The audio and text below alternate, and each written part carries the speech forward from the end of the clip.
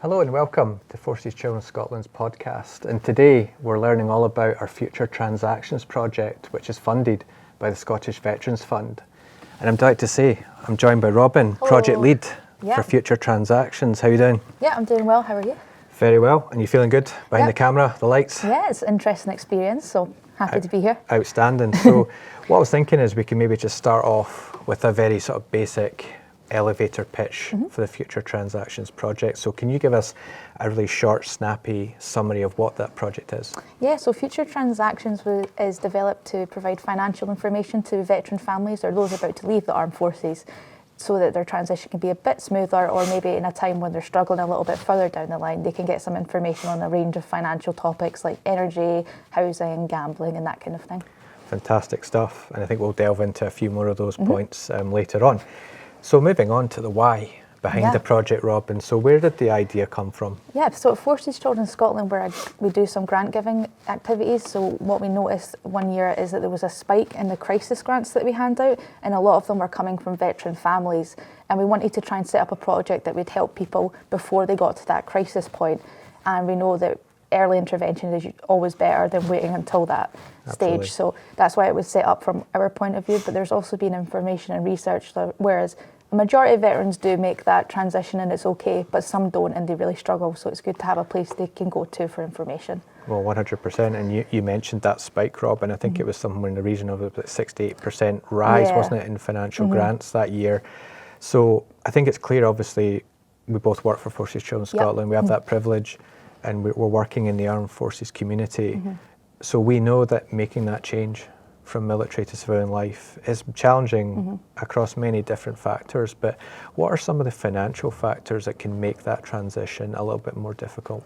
So many families in the armed forces live in service family accommodation, which is housing provided by the Ministry of Defence for when they're moving around. It makes it a bit easier for when they're moving around the country. They don't have to find their own housing, it's already sorted for them. But that also means that they're not integrated into the housing system of the UK and Scotland. And housing can be complicated in particular because once you leave the armed forces, you either have to buy your own home, which in itself is a complicated procedure, rent your home, and again that could be social housing, it could be private, and navigating that when you've maybe not ever had to experience that can be quite difficult for families. Absolutely too, and I guess as well, you know, subsidised living is quite prevalent, isn't it, across if you do happen to live on base as well, isn't it? It's not just the housing. Yeah, and there's things like energy costs. Maybe in recent years a lot of people have struggled with that across the UK, so that one probably isn't particular to veterans and their families, but they'll definitely feel the effects of that. Absolutely. So we, Forces Children Scotland, have received generous funding from the Scottish Veterans Fund to make the Future Transactions project happen. So can you outline what the aims of the project are? Yeah, so the first one is to involve the lived experience of veteran families to co-produce a financial readiness tool, which we have on our website already, to enhance the understanding of financial preparedness and topics in civilian life, and share the lived experience of veterans and their families about how they've made that change to maybe inspire some people. So in many ways, like you said there, we've got this digital financial readiness tool already up and running on the Future Transactions project page, that you were saying that families making that change can basically go online right now and they're quizzed across a whole host of different topics, aren't they? And they're given a kind of a rating.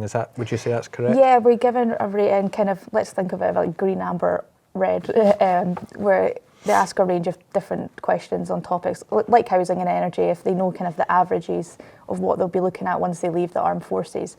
And it'll give you a rating, and you can maybe think, oh, it might be a wake-up call to some people to realise they aren't aware, and maybe they can go further onto our website and check out some of our podcasts and get a bit more information on that, or maybe go to another organisation if they need specific advice or help. So you can get that sort of rating, that kind of indication of where your current sort of knowledge is, but also you've got some lived experience there. You've got some veterans talking about their transition, but you've also got some agencies who support veterans featuring too, such as like Fast Forward, I believe. Yeah, Fast Forward, we have 2 podcasts on gambling harms, because we know that the armed forces, people in the armed forces can be affected by gambling harms more than civilians. And we also have one in production right now from Cozy Kingdom on energy, and we also have another one, Forces Employability Charity, so that talks a lot about employability and what you need to look at when you're going into the private and civilian sector. And yeah, so So lots of sort of useful information, insight, but also to signposting, I guess, too. You can find out a little bit more about these different aspects that can affect income generation in civilian life. That's fantastic stuff. So moving on, story so far, Robyn. So we're 18 months into 36-month project. How have things been going? Yeah, they've been going really well. So like I said, we've developed that tool that's on our website and recorded quite a few podcasts now. So we're doing really well on kind of developing that information source for people. And we've engaged with some veterans, and we're looking to engage with more children and young people in those veteran families, in fact, the wider family, to get more of an idea of what resources would be useful.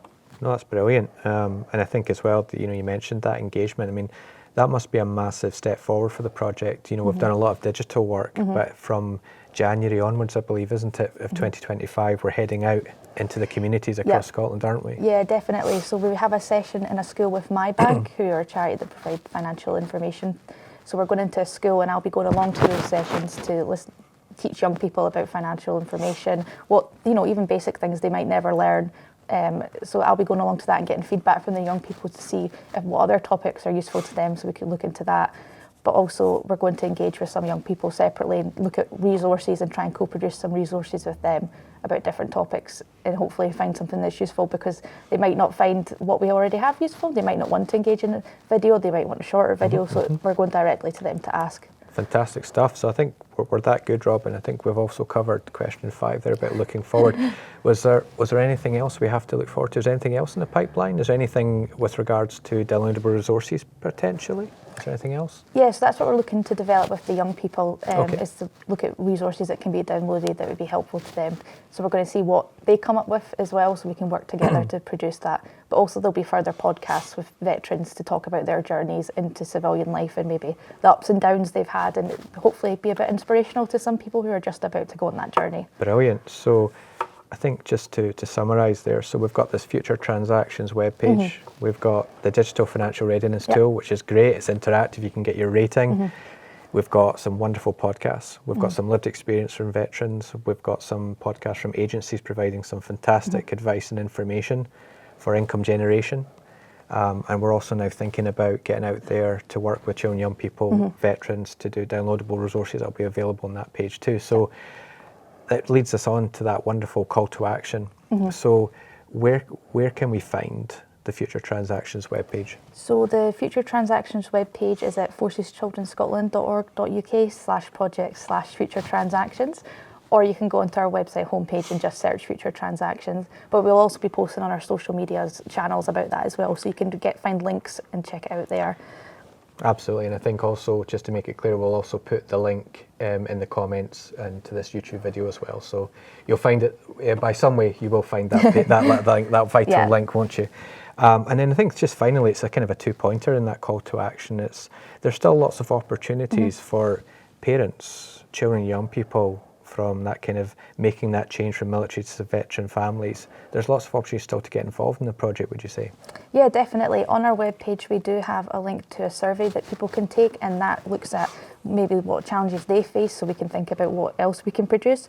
But you can also fill in our contact form and I'll be in touch with you if you want to be more directly involved with the project. Maybe you have a story to share, with people that you think would be really good for the project, or do you just want to be involved in co-producing resources? Either way, feel free to get in contact, and we can look to how we can do that. Brilliant stuff. Well, it's all incredible stuff, Robyn. So I think it's fantastic to actually have this opportunity to sit down with you and just recap on what's been happening over the 18 months and what we're looking forward to the next 18 months. So all I can say is thank you so much and wish you well. Thank you for having me.